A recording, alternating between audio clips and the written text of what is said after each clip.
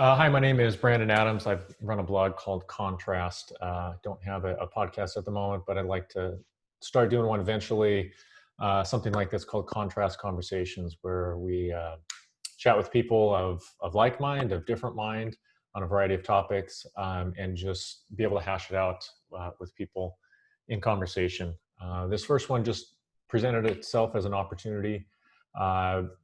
Interacted with somebody on Twitter. His name's Thomas. I had some questions about how Baptist covenant theology relates to theonomy, if they're compatible, how they work. And I said, hey, why don't we just chat about this online? So here we are, Thomas. Can you introduce yourself? Tell us who you are, where you're from, that type of thing. Yeah. So I'm about to be a freshman student at New St. Andrews College, if you guys know that. I was homeschooled all my life. This last year was an accidental gap year. Just ended up working, saving money for college, so that was cool. Grew up in a Christian home. Grew up in a very kind of influenced by the Mars Hill, sort of that Calvinist, but not necessarily like confessionally reformed sort of church. They planted in about two. Go ahead. No. Go ahead and finish what you're saying. Oh, I was just going to say planted in 2008 and been here. Where you planted in Idaho, is that what you were saying, in 2008? No, we're in California. I'm moving to Idaho for the college. Okay. But we're in California on the Central Coast. Gotcha. Whereabouts exactly? We're about a couple hours north of Santa Barbara. Okay, got it.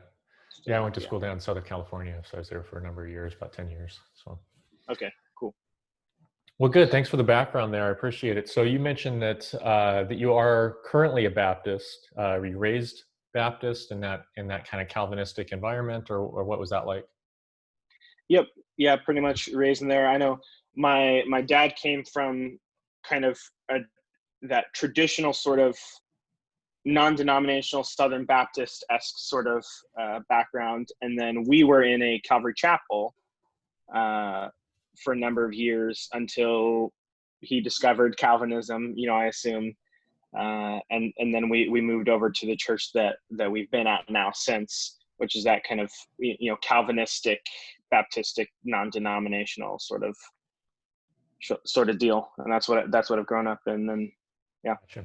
So you mentioned on Twitter you were familiar with some of the Baptist works on covenant theology. Have you had a chance to read any of those? I own the From Adam to Christ, the one with it's like taking a work by Nehemiah Coates and then John Owen by Reformed Baptist Press. So I own that. That's like coming right up on my reading list. Especially since in recent time I kind of delved back into this baptism and covenant theology and everything. So that I'll be reading soon, but I haven't read anything. Just, most of my knowledge of this stuff is from listening to sermons and podcasts through YouTube and all sort of stuff like Apologia and Joe Thorne and Doctrine and Devotion, or Canon Press, and kind of a mix of all these. I did a while ago listen through R. Scott Clark's podcast, the Untitled, where he walks through covenant theology from the Presbyterian perspective. So I listened through that, and so all auditory is the learning that I've done. Sure. And just so I understand for background here, so in terms of listening, in terms of Baptist covenant theology, that would mostly come from Doctrine and Devotion, as well as Jeff Durbin? Apologia. Yeah, Jeff Durbin. Okay. That's primarily where it would come forward, or James White as well. So. Okay. Got it.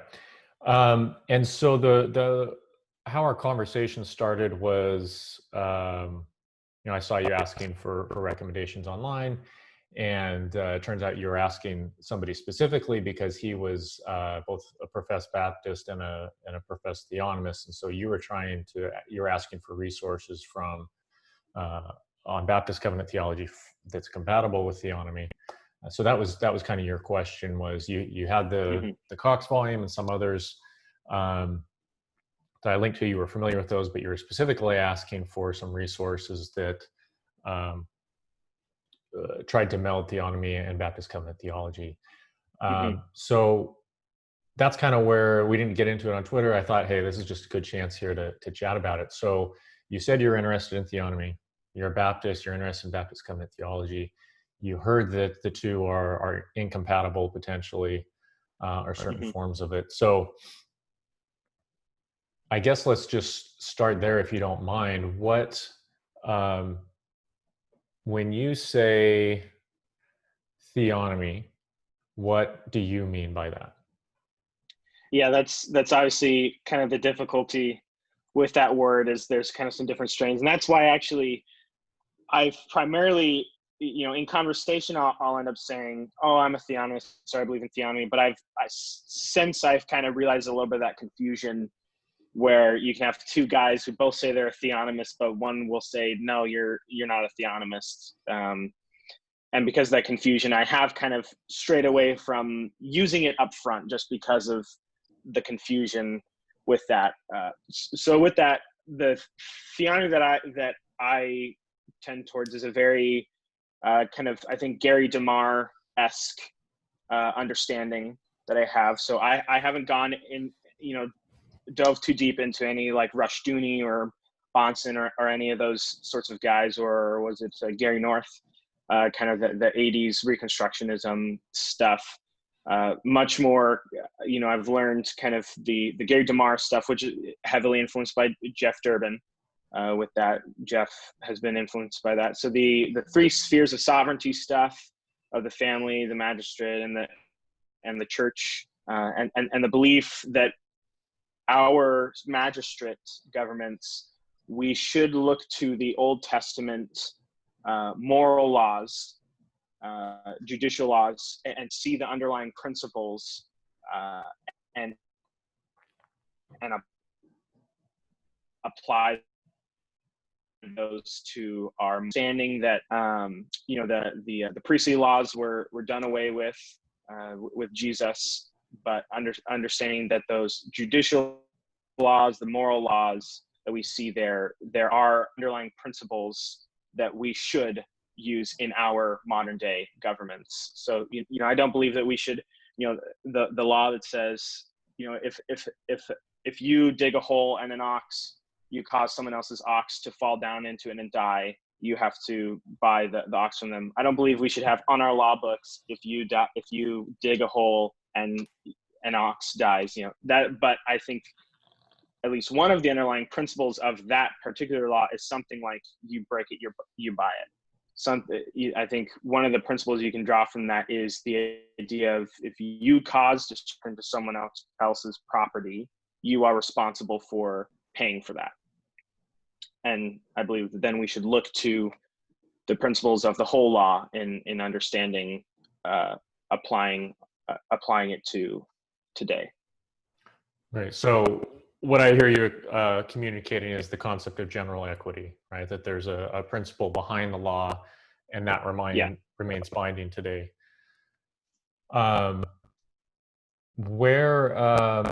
So just to understand where you're coming from, we may have a bad connection here, maybe breaking up a little bit. What would your opinion be of the laws that, stoning a blasphemer, stoning an idolater, stoning an adulterer, things like that? What's your perspective currently on that? I am unsure about getting into those specifics, and how that applies to our day, and thinking about the ideas of a Christian nation or a non-Christian nation, or those sorts of things. The first instance, that I have is that, one, we should understand that was a bit of God said that it was good, and so we should have some understanding that there's something good about it, right? But taking that and applying it to our day can be difficult, and takes time in studying and working out how those specifically will apply to our day. And if so, that makes any yes, sense. yeah. And I'm not trying to put you on the spot. I'm just trying to understand where you're coming from. So, Yeah. and so you had expressed that you felt that was theonomy you had heard was incompatible with Baptist covenant theology. So can you elaborate on your thoughts there, what you've heard, or where that's coming from? Yeah, so I've looked a little bit at the 1689 Federalism website, which they seem to be kind of one of the strongest places to go to for understanding Baptist covenant theology. And I remember seeing on one of the they have the Q&A page, and I remember seeing one of those, is theonomy compatible? And they said no, it's not compatible with the 1689 view. And so that's basically what got me to start questioning, wondering about it, because and it also got me to start thinking, am I the type of theonomist that they are referring to in that, because I know that I'm a little different from the 80s Reconstructionism guys. I think is Doug Wilson, because he has a little video where he's asked if he's a theonomist, and he said something like, I kind of fall into the general motivation and principles behind it, but it's a little nicer. Is how he frames it. And I do kind of agree with that, this sort of general equity, like you said. And it related to baptism, because as far as my understanding goes, I think the theonomy, there's a similar argument than the Paedo-Baptist uses, at least kind of the argument of silence, or talking about the continuity between the covenants sort of stuff. And this might be my own misunderstanding, but from what I could tell, it seemed like there's one of the arguments that Paedo-Baptism makes is shared with theonomy. And why do I accept that argument for theonomy, but then I don't accept it for baptism? And so that's when I was like, okay, so then should I be a Presbyterian if I want to be? Would consistency mean being a Presbyterian or not following theonomy and being the Baptist? And so those are the questions that just are popping in my head. Got it. And so have you looked very closely at like the Westminster Confession, chapter 19, paragraph 4? Are you familiar with that section? I don't have them on me, unfortunately. I'm at my sister's house right now, but I believe last week, I read through both the 1689 chapter on the law and the Westminster chapter on the law. And from what I can remember just recently reading it, it seemed they were pretty close, pretty similar, like with most of the confessions. Pretty similar. But then I think there was one paragraph where the phrasing was slightly different, if I remember correctly. Yeah, so let me just read it real quick. So Westminster says, to them also, as a body politic, he gave sundry judicial laws, which expired together with the state of that people, not obliging any other now further than the general equity thereof may require. And then London Baptist Confession says, to them also he gave sundry judicial laws, which expired together with the state of that people, not obliging any now by virtue of that institution, their general equity only being of moral use. So slightly different phrasing there, general equity thereof may require, or their general equity only being of moral use. So that may be what you're picking up on there. The concept there, let me see if I can pull up the Savoy as well. I can't remember. One second here.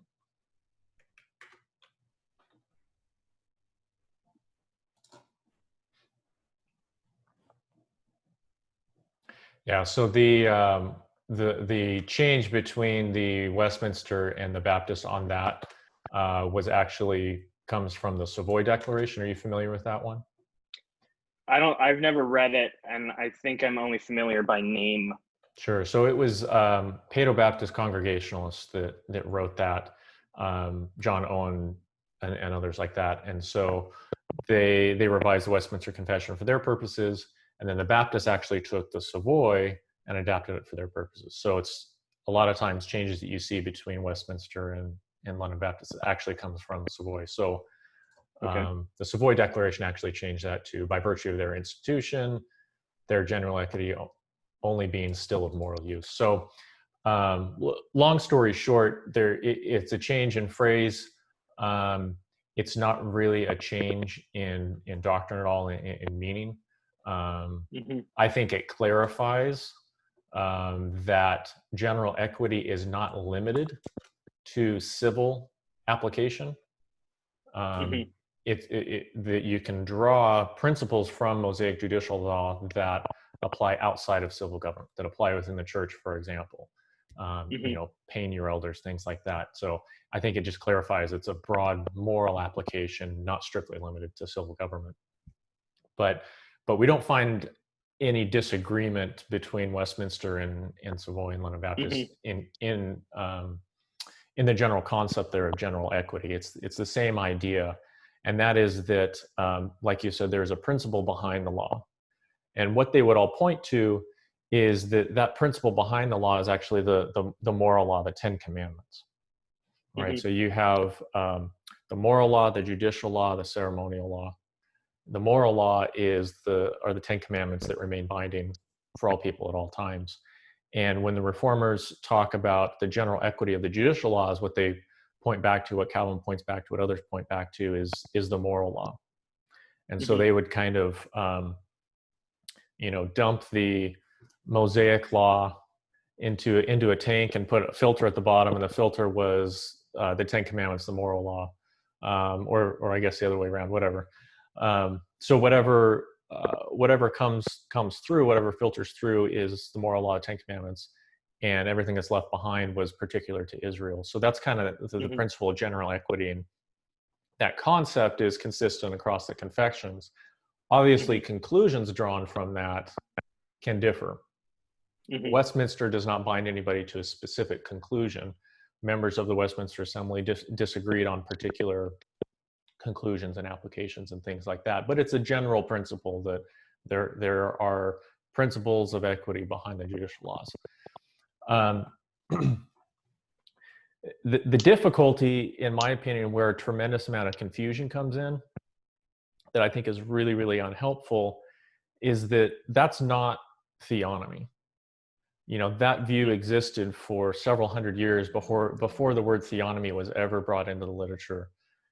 And when theonomy, the phrase, was really brought into the literature, you can point to a few different examples, but really it's Greg Bahnsen's thesis called Theonomy in Christian Ethics, and he wrote Mm-hmm. that in the 70s, and he was influenced by Rushdoony, and that's really where theonomy, the phrase, the movement, the idea, that's where it originates from. That's been its definitive defense for decades. Mm-hmm. That's what started a controversy in Reformed churches in the 70s on for 30 years following that. Intense debate, lots of books back and forth about Bahnsen's thesis. That's theonomy. Mm-hmm. And it's not the same thing as simply the concept of general equity. Mm-hmm. And so when you get time to read Bahnsen, you'll see that. But he argued not simply that there's a general principle behind some judicial laws that should inform us today. Rather, he said that all judicial laws are moral and they remain binding on all people at all times. So all of the laws, all the judicial laws in the Old Testament, including their punishments, including the specific punishment, remains binding today, unless there's an explicit repeal of an explicit law in the New Testament. Mm-hmm. So that's very different from saying we need to look at the Old Testament laws, see if there's a general principle behind it, and see how that Mm-hmm. could apply today. Yeah, and I would just add a comment in there, and I think it probably still falls in line with the the general equity stuff, but response to the punishments for it as well. That's where I would say that the punishments for the laws helps us to understand the severity Mm-hmm. of those sins, those crimes, and to understand, biblical justice is about restitution. Mm-hmm. With that, I would be one who I don't believe in a jail or a prison. Mm-hmm. Sure. Drawing from that, if someone steals $200 from you, they pay it back, and that's what happens. Or understanding that the life for a life, you take someone's life or rape, you can't make that person whole again, so you pay with your life. And I think so that's just a comment to where I stand on that. Sure. But yet at the same time, you're not sure about some of the other laws, putting to death for adultery, idolatry, blasphemy, working on the Sabbath, things like that. You're not quite sure how that applies. Whereas Bahnsen would say those laws and their penalties are binding on all peoples at all times. So that's theonomy. Not only do they apply, but nations today are also bound by those laws. They have to enforce them, and they can't go beyond them. That's really theonomy, and so that's what started the controversy. And that Bahnsen's thesis emerges out of a very specific covenant theology and a very specific understanding of the law of God.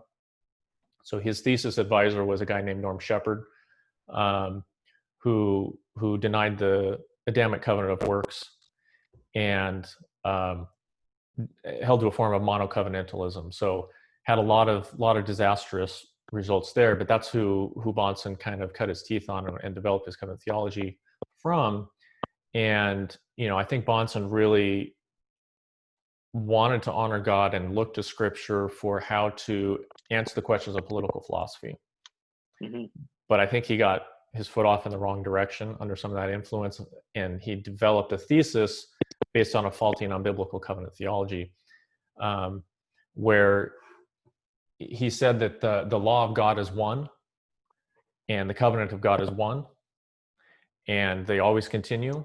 He says even the ceremonial laws, he would call them restorative laws. He says that even those have not been abrogated because of his particular reading of Matthew 5.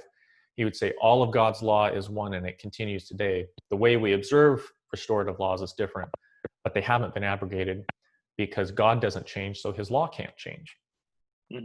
So the point I'm making, just to be clear, the reason I'm bringing that up is because that's very different from 17th century Westminster guys and what they meant by general equity.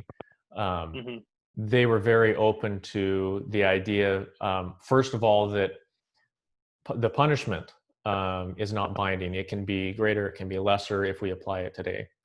And they thought that some laws in their entirety, such as stoning on the Sabbath, they would say that entire thing was ceremonial. None of that applies today.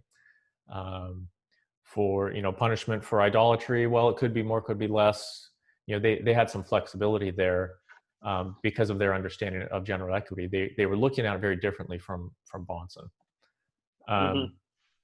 So when you mention here, let me find a quote from Bahnsen real quick here before I move on.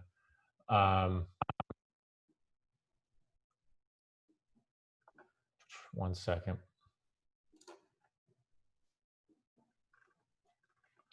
But yeah, part of this is why I was interested in the conversation, because I haven't done any structured, systematic studying of the topic. It's only been through auditory learning, through sermons, lectures, etc. I don't have a full grasp of the kind of the historical the history behind these terms and views. Yeah, and that's why I wanted to have a conversation, because I'm not I'm not looking to argue or debate with you on it. I just I could sense that was the case, and I'm hearing it a lot. Hmm. So especially within the last 5 years, theonomy has come to mean something different from what Hmm. it meant up until Yeah. that time, for several decades. And so there's a lot of confusion. So the article that you read on the 1689 federalism site, for example, that defines theonomy very specifically according to Bahnsen in the original definition. Hmm. And that specifically is what's incompatible with 1689 federalism because of the covenant theology. Hmm. I'm trying to find, yeah, here it is. Oh, that's from Rushdoony. Yeah, so here's one from Bahnsen. The New Testament and covenant continue the same demand for obedience, continued blessing for Adam in paradise, Israel in the promised land, and the Christian in the kingdom has been seen to be dependent upon persevering obedience to God's will as expressed in his law. There is complete covenantal unity with reference to the law of God as the standard of moral obligation throughout the diverse ages of human history.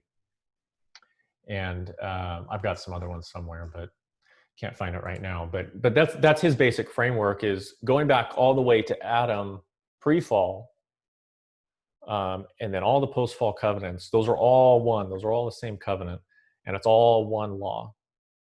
So he would see the Mosaic judicial law not as something unique for Israel, but as something that has always applied for all nations at all times. And so that law Hmm. continues and has never been abrogated, and never will be abrogated, because God never changes. Yeah. And so that's specifically what the 1689 federalism view is incompatible with, because we see the Mosaic covenant as a temporary covenant unique for Israel, and it contained positive laws. So positive laws are laws that God imposes that can change from time to time. Circumcision, baptism, those are not always true at all times for all people. It's something that God can institute for a certain time. So we would say that the Mosaic covenant included both moral law that remains binding on all people at all times, but also positive law. And when the Mosaic covenant ended, those laws pass away. So that's 1689 federalism's view. Bahnsen would completely reject that and say the Mosaic covenant never ended, because there's only one covenant. It continues, and it just Hmm. changes here and there. But the law continues; it never changes, and the covenant continues. It's never abrogated. So that's why 1689 federalism is incompatible with theonomy as understood by Bahnsen.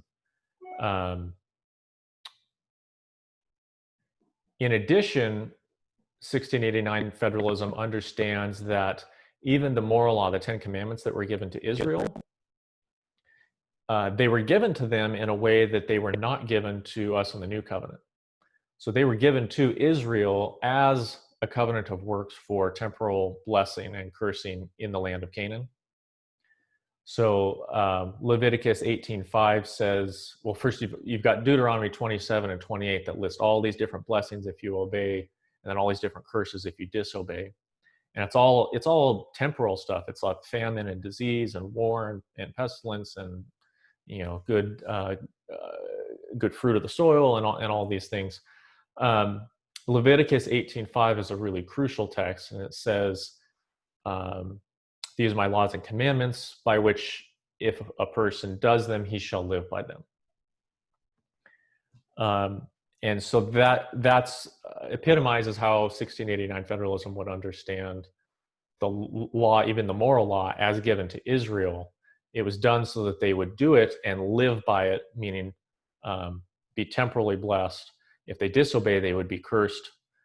And specifically, the death penalty for idolatry, for blasphemy, for working on the Sabbath, for any of those other death penalties, those were specifically curses according to Leviticus 18:5. They were under a covenant where if they broke this law, they would be put to death.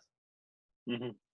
And so we would see that as unique to the Mosaic covenant, right? And so in Galatians, Paul contrasts that with the principle of faith. Right? He quotes Leviticus 18:5 and says, but the law is not of faith. So under the new covenant, we operate upon a different principle than the Mosaic covenant. And so those putting a man, stoning a person, putting the man to death, that was a temporal curse.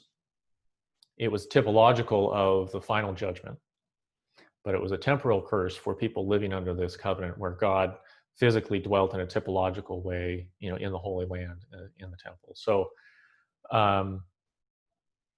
so that's why 1689 federalism is inconsistent with theonomy. But 1689 federalism would not be incompatible with theonomy as you have defined it. Mm-hmm. The idea that there are general principles in Mosaic judicial law that may apply today. You'll find a variety of different views on that, but it's a general principle that's consistent with 1689 mm-hmm. federalism. As you get into specifics, you'll have more issues you'll need to work out in terms of typology and when you look at specific laws, there's a whole lot more there. And I would actually recommend, as you go down this journey, as you read more, to make sure you definitely read Bahnsen, so you get that argument, mm-hmm. understand it. And then at some point, I recommend reading Joel McDermott's book, The Bounds of Love. And then and he did a follow-up to that called Holy of Holies or Consuming Fire, something along those lines. And I think that's a tremendous book. I think it does a really good job of showing exactly kind of what I've just talked about, how various stonings and death penalties were typological and unique to Israel under the Mosaic covenant as part of him mm-hmm. dwelling in their midst. McDermott, is he the guy who he was a pretty strong theonomist and then changed, right? Am I getting that correct? Mm-hmm. And so this is, again, where it gets difficult or confusing, is he would still retain the theonomist label. Mm-hmm. So he's radically different from where Bahnsen was. He would argue there's still an underlying heart that is consistent with Bahnsen. He would define theonomy as the biblical teaching that Mosaic law contains perpetual moral standards for living, including some civil laws which remain obligatory for today. So there's some wiggle room there with some civil laws, whereas Bahnsen would say they all are. So he would still consider himself a theonomist, but anybody who is wrestling... It looks like your audio's cut out for me and frozen. Can you hear me? Can you hear me now? Can you hear me yet? Hello? Testing 1, 2, 3. Can you hear me yet? Looks like I lost you. Hello, hello, hello. You might want to disconnect and rejoin.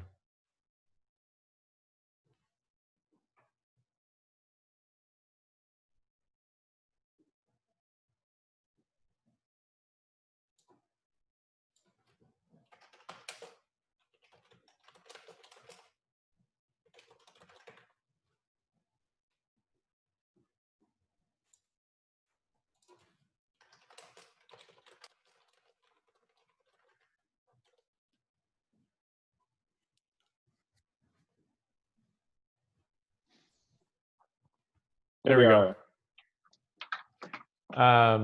Sorry about that.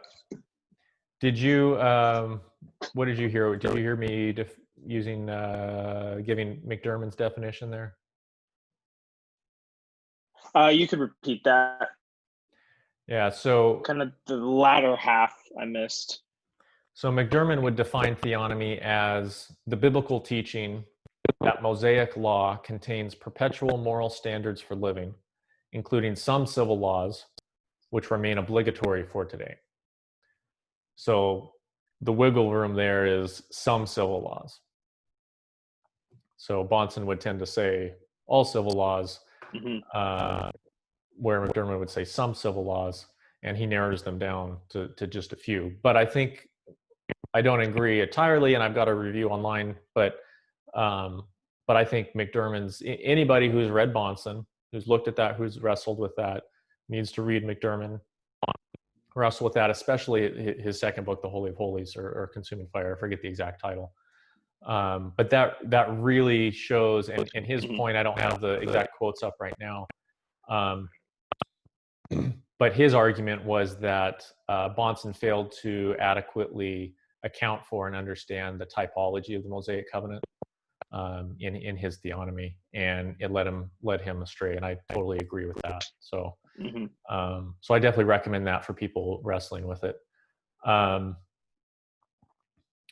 I would encourage those like yourself who are just interested in the idea that the Bible still speaks today to issues of political philosophy, to civil law.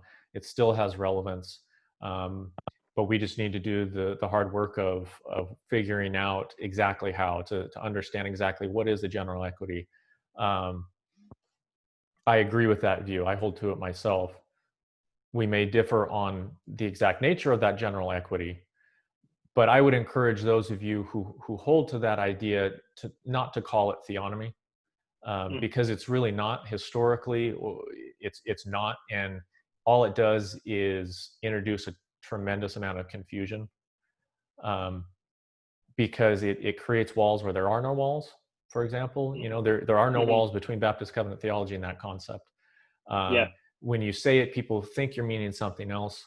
It does have a lot of rhetorical punch, and I think that's the only reason it's being used differently today, is because, especially in the last couple of years with the rise of social justice, people have realized, wait a minute, we do need to look to the Bible in matters of civil law and political philosophy.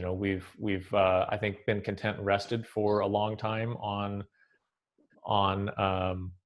the American system and the appeal to natural law and general ideas outside of the Bible, because it's been pretty nice. But now when push comes to shove and the social justice stuff is infiltrating the church, we really need to have biblical answers to define justice, what is and what is not justice. And I'm very much in favor of that. We do need to look to scripture, but calling that theonomy is counterproductive. I don't think it's accurate. I don't think it's helpful. It just needs to be called something else. So I don't appreciate kind of the rhetoric coming out of Moscow, from Sumter or Wilson in that regard, and now White's kind of joining them as well.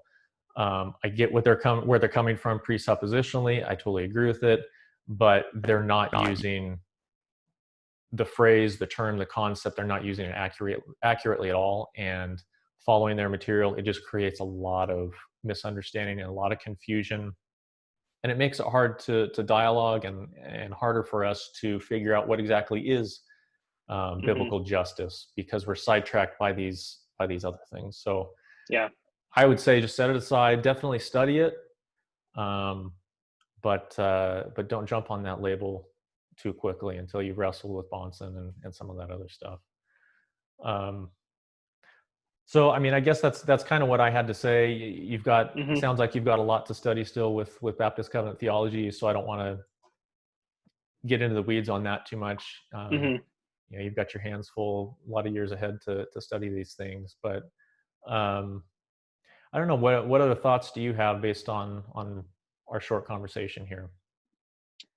No, it was definitely helpful, and it's kind of what I expected to hear, but it was helpful in actually hearing it and having it sort of cleared up, and it definitely does kind of cement the inclination I had to just decide to generally, at least on the outset, use that term.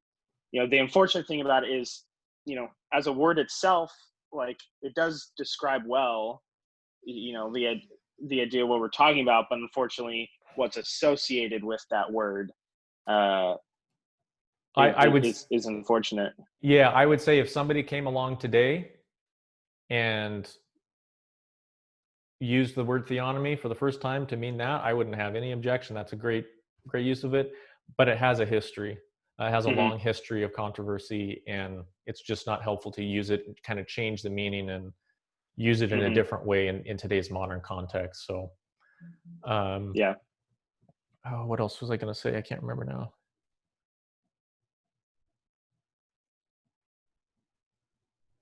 Oh, I can't remember exactly, but I was going to say something about Jeff Durbin, but I can't remember now. I have not been able to get clarity as to exactly what he believes beyond simply the idea that God's law applies to civil law, modern civil law today. Mm-hmm. I haven't come across any specifics there. I've tried to dialogue with him, tried to push him there, because as a Baptist, he leans a lot on Bonson and other guys, but as a Baptist, it's for all the reasons we just went into,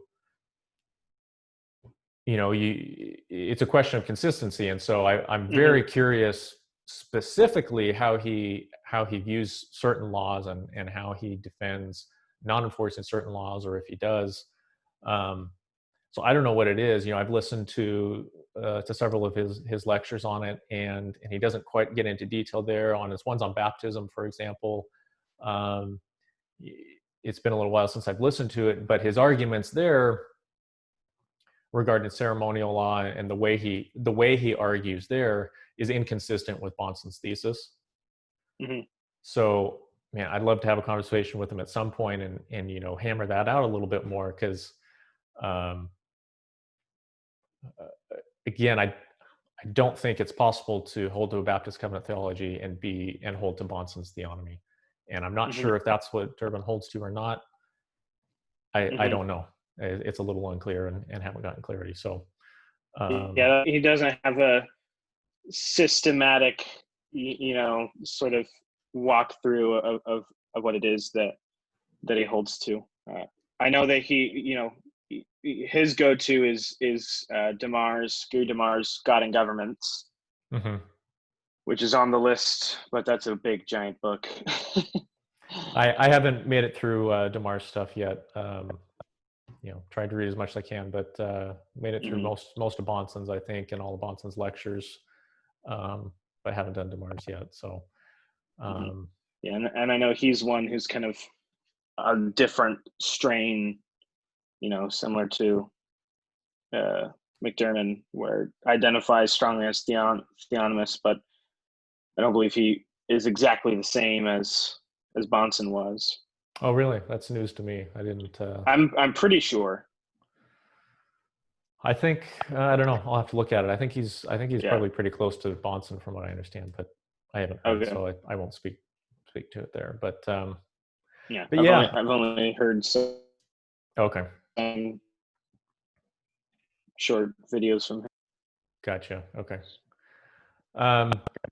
Yeah, so I appreciate your time. It's been good to kind of hammer this out, and hopefully it helps other people. Hopefully we can avoid confusion, advance the dialogue, because there's a lot to talk about, and I think some of the rhetoric with theonomy gets in the way. So you got a lot to read. Make sure you read up on the theonomy, the big tomes, and then read up on the Baptist Covenant Theology books from the 1689 Federalism site. If you go to the top there's a recommended reading list, and it kind of gives actually an order that it recommends them in. So, Cox one is excellent, but it's kind of a little further down the list, and there's a few others ahead of it that can help give you some groundwork, so you understand it better by the time you get there. So, but enjoy the studies. There's a lot there, and you got your work cut out for you. Yeah, it's and definitely that guy. I think we were interacting on Michael Bowles' tweets, who's heavily influenced by James B. Jordan and Theophilus, and some of his stuff, which is not necessarily